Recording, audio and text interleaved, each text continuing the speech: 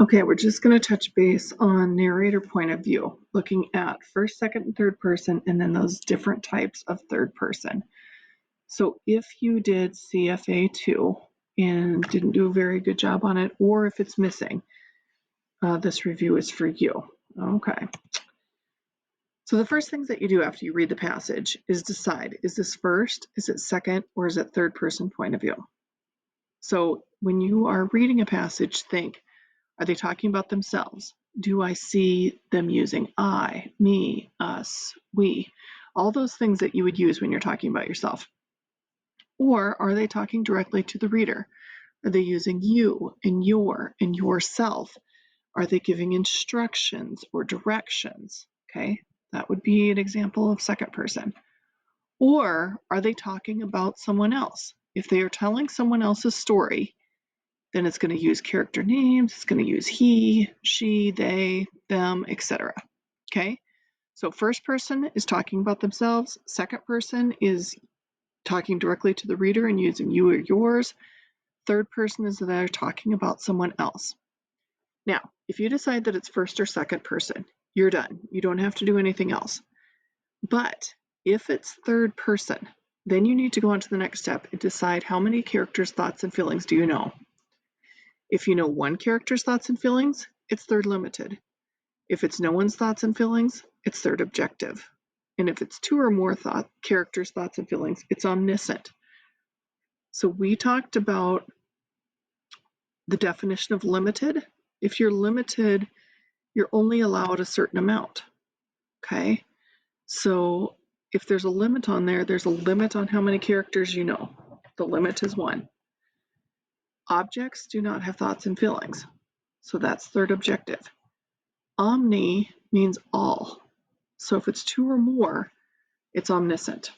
So let's look at a couple passages and we're deciding, are these first, are they second, are they third? If they're third, which kind are they? All right, this is from Most Improved Player by Robert Grizzly. You want to take the shot, Vince? The coach asked me. I looked into his eyes. They were blue. They were ice cold blue.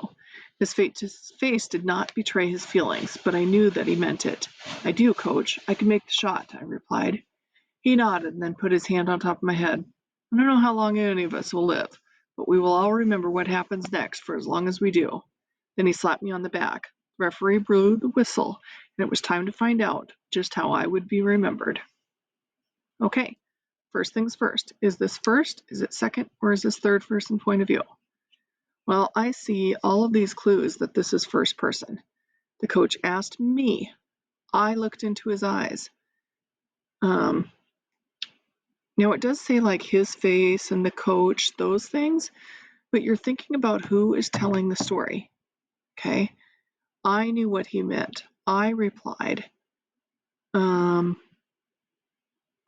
It was time to find out how I would be remembered. Okay? The person who's in the story is telling the story about themselves. So this is going to be first person. We're done. If it's first person, we're done. We don't have to do anything else. All right, next example. Tataki Warriors, Fighting for the Peanut Butter Instruction Manual by Tataki Warriors Incorporated. Congratulations on purchasing the Tataki Warriors Fighting for the Peanut Butter computer game. Before you install this program, you'll need to make sure that you have at least 24 kilobytes of free space on your installation target. Insert the CD-ROM disk into your drive. The disk should run automatically. Select Fully Install from the installation menu. The program will begin installing on your target drive. This might take up to 24 hours. Once the installation is complete, an alert box should appear. If you see successful installation message, remove the disk from the drive and enjoy the adventure. Okay, so you have to decide if this is first, is it second, or is it third? Well, the narrator is not talking about themselves. I don't see any I, me, or anything like that. Are they talking directly to you? Yes, they are. You see this before you install the program. You'll need to make sure that you have 24 kilobytes of free space on your installation target, on your drive. If they're talking directly to you, that's going to be second person. If it's second person, you're done. All right, this next example is from The Great Divide and Other Freshman Tales. Wow, look at his costume, said Annie. He's dressed like an electric jellyfish. She observed the flashing lights with genuine admiration. Adriana looked at the costume and scoffed. Secretly, she envied the detail and the craftsmanship that went into the jellyfish costume, but she would never let on to Annie. What kind of loser goes walking around like a Christmas tree? Adriana said. Annie did not agree, but she didn't want to be disagreeable. Yeah, what kind? The ladies walked by another house. Annie didn't like this. It seemed like Adriana was more interested in criticizing others than trick-or-treating. Annie adjusted the headband of her costume. Adriana was not wearing a costume. Okay, obviously this is not first person. They are not talking about themselves. The narrator is not in the story. They're not talking directly to the reader, so it can't be second person. So now we're left with third person. It has characters' names. It says Annie, then it says she observed. It has Adriana's name several times. She envied something. Annie did not agree. The ladies. Okay, so it's third person. Now that we've decided that it's third person, we have to think about how many characters, thoughts, and feelings do we know? Well, let's look for any thoughts and feelings. So this first one, look at his costume, said Annie. He's dressed up like an electric jellyfish. She observed the flashing lights with genuine admiration. Admiration, if you're admiring something, that's a feeling. So we know how Annie is feeling. Adriana looked at the costume and scoffed. Scoffing is not a feeling, that's an action. But it says secretly she envied the detail and the craftsmanship. So if you have envy, that is a feeling, okay? So that's Adriana who's feeling the envy, and Annie is feeling admiration towards it. So we're done. We already have two characters that we know their thoughts and feelings. So we know that this has to be third person omniscient. All right, last example. Warning, a system meltdown imminent. This is by Terry Pearson.